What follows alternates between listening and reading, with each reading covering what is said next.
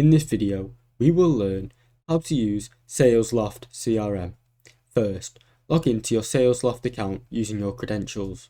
Once you are in, start by exploring the dashboard. This is where you can view your daily tasks, sales activities, and performance metrics. Next, head to the People section. Here, you can add or import your leads and contacts. Use filters to segment them based on criteria like industry location or lead stage. Move to calendar selection.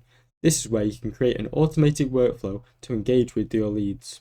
Define steps like email, calls, or other follow-ups and assign them to specific team members.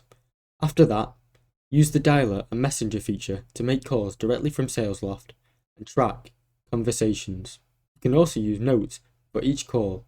Now, check the email tracking tool. It will help you track emails, open clicks, and replies to measure the engagement levels of your emails.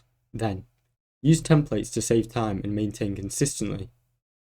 Finally, head to your Analytics tab to review reports on your team's performance, conversion rates, and other important metrics that help you run your business.